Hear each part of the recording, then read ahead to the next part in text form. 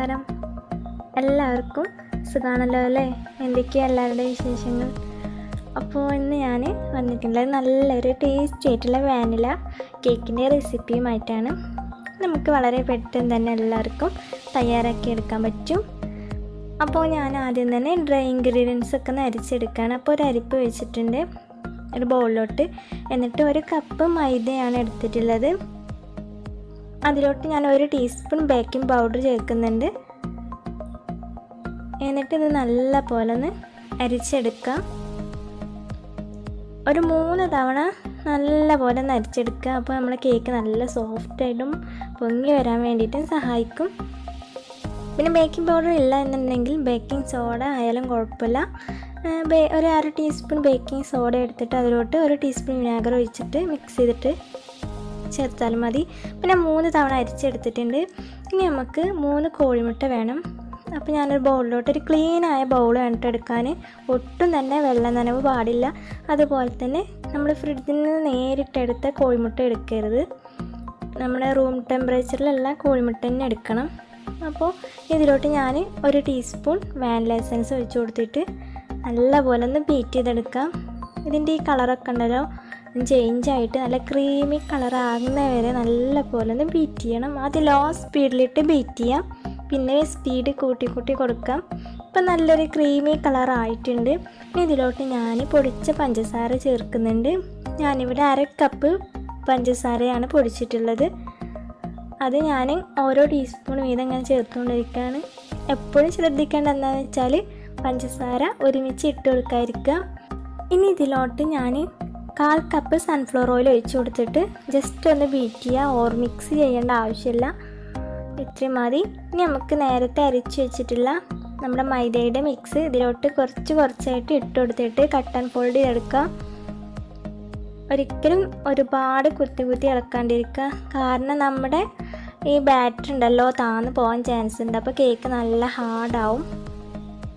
അപ്പോൾ കുറച്ച് സാവധാനത്തിലാണെങ്കിലും നല്ലപോലെ ഒന്ന് എല്ലാം മിക്സാക്കി എടുക്കുക.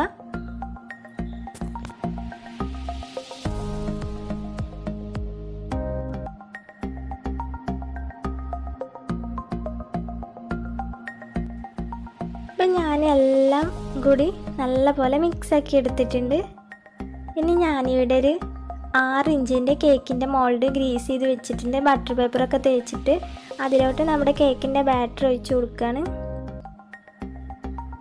എപ്പോഴും പകുതിയിലും മുക്കാലിൻ്റെ ഇടയിൽ മാത്രം ബാറ്റർ ഒഴിക്കാൻ പാടുള്ളൂ. എന്നിട്ട് നല്ലപോലെ ഒന്ന് ടാപ്പ് ചെയ്ത് കൊടുക്കുക.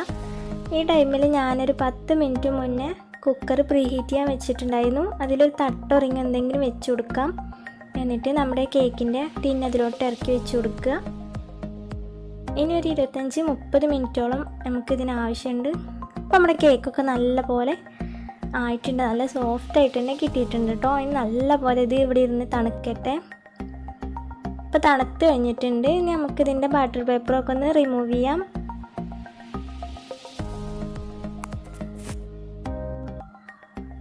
അപ്പോൾ നിങ്ങൾക്ക് കാണാൻ പറ്റുന്നുണ്ടാവും നല്ല സോഫ്റ്റാണ്, നല്ല സ്പോഞ്ചി ആയിട്ട് തന്നെ നമ്മൾ കേക്ക് ഇവിടെ കിട്ടിയിട്ടുണ്ട്. ഇനി നല്ലപോലെ ഉള്ളിലൊക്കെ തണുത്തിട്ട് വേണം ഇത് കട്ട് ചെയ്തെടുക്കാൻ. ആ ടൈമിൽ നമുക്ക് നമ്മുടെ ക്രീമൊക്കെ തയ്യാറാക്കാം. ഞാനിവിടെ ഗോൾഡൻ മാർക്കിൻ്റെ വിപ്പിംഗ് ക്രീമാണ് എടുത്തിട്ടുള്ളത്. അതിൽ അത്യാവശ്യം മധുരമുണ്ട്. ആ മധുരം പോരാ എന്നുണ്ടെങ്കിൽ 2 ടീസ്പൂൺ പൊടിച്ച പഞ്ചസാര ചേർക്കാം. ഞാനിവിടെ ഉണ്ടല്ലോ ഒരു പാത്രത്തിൽ തണുത്ത വെള്ളത്തിൽ ബൗൾ ഇറക്കി വെച്ചിട്ടോ ക്രീം ബീറ്റ് ചെയ്യുന്ന പെട്ടെന്ന് തന്നെ സ്റ്റിഫായി കിട്ടും, വെള്ളമായി പോവുകയും ചെയ്യില്ല. അപ്പം നമ്മുടെ ക്രീമൊക്കെ നല്ല പോലെ ആയി വരുന്നുണ്ട് കേട്ടോ. നല്ല ഫ്ലഫി ആയി വന്നിട്ടുണ്ട്. നമുക്ക് ബീറ്റ് ചെയ്യൽ നിർത്താൻ ആയിട്ടുണ്ട്. ഈ ഒരു പരുവത്തിലാണ് കേട്ടോ നമുക്ക് ക്രീം ആയി കിട്ടുന്നുണ്ട്. ഞാനിവിടെ കേക്ക് 3 ലെയറായിട്ട് കട്ട് ചെയ്ത് വെച്ചിട്ടുണ്ട്. നമുക്കിത് ഐസിങ് ചെയ്തെടുക്കാം. അപ്പോൾ ആദ്യം തന്നെ ഞാനൊരു കേക്കിൻ്റെ ബോർഡ് വെച്ച് കൊടുത്ത് അതിൽ കുറച്ച് ക്രീമൊന്ന് ആക്കി കൊടുക്കുകയാണ്. കേക്ക് തെന്നി പോകാതിരിക്കാൻ വേണ്ടിയിട്ടാണ്. എന്നിട്ട് ഏറ്റവും മുകളിലെ ലെയറാണ് ഞാൻ ഫസ്റ്റ് വെച്ച് കൊടുക്കുന്നത്.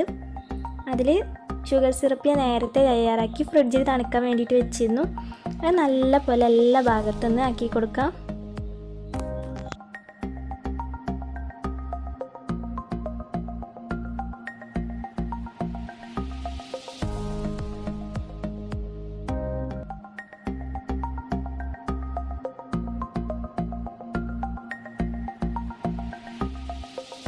ഇനി ഞാനിവിടെ ഇതുപോലുള്ള പൈപ്പിംഗ് ബാഗിലാക്കിയിട്ടാണ് കേട്ടോ ക്രീം എല്ലാ ഭാഗത്തും ആക്കി കൊടുക്കുന്നത്. പെട്ടെന്ന് നമുക്ക് ഐസിങ് ചെയ്തെടുക്കാൻ വേണ്ടിയിട്ട് പറ്റും. പിന്നെ നൈഫ് വെച്ചിട്ട് ഐസിങ് നൈഫ് വെച്ചിട്ട് ജസ്റ്റ് ഒന്നിങ്ങനെ ആക്കി കൊടുത്താൽ മാത്രം മതി. ഇനി നമുക്ക് ഈ ടൈമിൽ നമുക്ക് ഇതിൽ വേണമെങ്കിൽ നമുക്ക് വൈറ്റ് ചോക്ലേറ്റ് ഗ്രേറ്റ് ചെയ്തൊക്കെ ഇട്ട് കൊടുക്കാം. ഞാനിവിടെ ഒന്നും ഇട്ട് കൊടുക്കുന്നില്ല. സെക്കൻഡ് ലെയറും വെച്ച് കൊടുത്ത് അതും ഇതേപോലെ തന്നെ പഞ്ചസാര പാനിയൊക്കെ ഒഴിച്ച് നല്ലപോലെ വെറ്റ് ചെയ്ത് കൊടുത്തിട്ട് ക്രീം തേച്ച് പിടിപ്പിക്കുന്നുണ്ട്. അപ്പോൾ അതും കഴിഞ്ഞ് ഞാൻ ഏറ്റവും ലാസ്റ്റിൽ ലെയർ, ഏറ്റവും അടിയിലെ ലെയറാണ് കേട്ടോ ലാസ്റ്റ് വെച്ച് കൊടുക്കുന്നത്. അതും ഇതുപോലെ തന്നെ നമ്മുടെ പഞ്ചസാര പാനിയൊക്കെ വെറ്റ് ചെയ്തിട്ട് വെച്ച് കൊടുത്തിട്ടുള്ളതാണ്. മൊത്തത്തിൽ ക്രീം ഒന്ന് സ്പ്രെഡ് ചെയ്ത് കവർ ചെയ്തെടുക്കണം.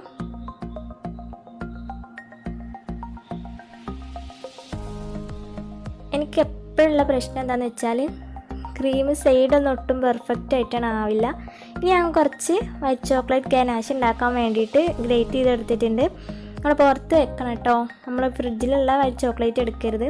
അതിലോട്ട് ഞാൻ ക്രീം കൂടി ഒഴിച്ചിട്ട് ബ്ലൂ കളറും കൂടി ചേർത്തിട്ട് ഇതുപോലെ തയ്യാറാക്കി എടുത്തിട്ടുണ്ട്. അത് കേക്കിൻ്റെ മുകളിൽ ഒഴിക്കുകയാണ്. നമുക്ക് ഏത് കളർ വേണമെങ്കിൽ യൂസ് ചെയ്യാം കേട്ടോ, വാനില കേക്കല്ലേ. അപ്പോൾ ഞാനിവിടെ ബ്ലൂ എടുത്തുന്നുള്ളൂ. ഇനി ഇതൊന്ന് തിരിച്ചു കൊടുത്താൽ അത് തന്നെ താഴോട്ട് ഇങ്ങനെ ഇറങ്ങി വന്നോളും. സൈഡിലൊക്കെ ഞാൻ ആ പ്ലാസ്റ്റിക് റാപ്പർ വെച്ചിട്ടൊന്ന് വരഞ്ഞു കൊടുത്തിട്ടുണ്ടായിരുന്നു കേട്ടോ. അപ്പോൾ നമ്മൾ ഗനാഷ് ഇങ്ങനെ ഒഴിച്ച് വരുമ്പോഴേ നല്ല ഭംഗിയായിരിക്കും കാണാൻ. എന്നിട്ട് നമ്മൾ സ്റ്റാർ നോസിൽ വെച്ചിട്ട് ഞാൻ ജസ്റ്റ് ഒരു ഫ്ലവർ വരച്ചെടുക്കുകയാണ്. പിന്നെ ഏറ്റവും അടിയിലായിട്ട് സ്റ്റാർ നോസിൽ വെച്ചിട്ട് തന്നെ ഒരു ബോർഡറും കൊടുക്കുകയാണ്. പിന്നെ ഞാൻ ഈ നമ്മുടെ കേക്ക് ആക്കിയ കവറുണ്ടല്ലോ, അതിൽ ഐസിങ് കവറിൽ ഞാൻ കുറച്ച് ബ്ലൂ കളർ ആക്കി വെച്ചിരുന്നു.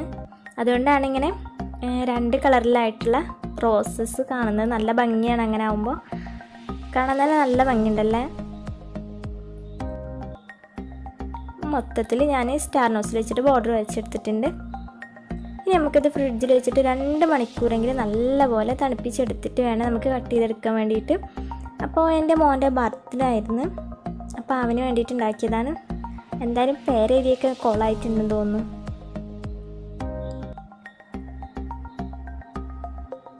അപ്പോൾ എന്തായാലും എൻ്റെ ഈ കേക്കിൻ്റെ റെസിപ്പി നിങ്ങൾക്ക് എല്ലാവർക്കും ഇഷ്ടമായിട്ടുണ്ടെന്ന് കരുതുന്നു.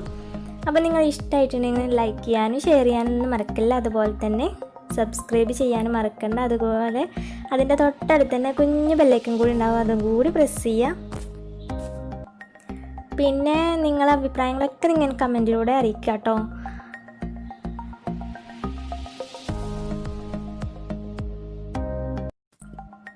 അപ്പോൾ എന്തായാലും ഞാനും മോനും കൂടി കേക്കൊക്കെ കട്ട് ചെയ്യാണ്. അവനെ കാണിക്കാൻ അവന് സമ്മതിക്കുന്നില്ല കേട്ടോ. അത് ഇന്റെ കണ്ണ് തെറ്റിയാൽ ഇവിടെ അതിക്രമങ്ങളാണ് നടക്കുന്നത്. അത് ഇന്റെ കണ്ണ് തെറ്റിയാൽ ഇവിടെ അതിക്രമങ്ങളാണ് നടക്കുന്നത്. ഇത്താത്ത പറഞ്ഞ പോലെ തന്നെ എൻ്റെ കണ്ണെന്ന് തെറ്റിയ ഇവിടെ ഭയങ്കരമായിട്ട് അതിക്രമങ്ങൾ നടക്കും. അതാണ് ഇവിടുത്തെ അവസ്ഥ. ഇവിടെ പിന്നെ കേക്ക് കട്ട് ചെയ്യാന്ന് പറയുമ്പോൾ ഒരാക്രമണം തന്നെ ആയിരിക്കും. മക്കളെല്ലാവരും കൂടി അവർക്ക് ഭയങ്കര ഫേവറേറ്റാണ് കേക്ക് എന്ന് പറയുമ്പോൾ. വേറെ എന്തിനേക്കാളും ഒരുപാട് ഇഷ്ടമാണ്. അപ്പോൾ എന്തായാലും നല്ല അടിപൊളി ടേസ്റ്റായിരുന്നു കേട്ടോ കേക്ക്. അപ്പോൾ ഇനി നല്ലൊരു അടിപൊളി റെസിപ്പിയുമായിട്ട് നമുക്ക് വീണ്ടും കാണാം ഇൻഷാ അല്ലാ. അപ്പോൾ എല്ലാവർക്കും thank you for watching. Take care. By.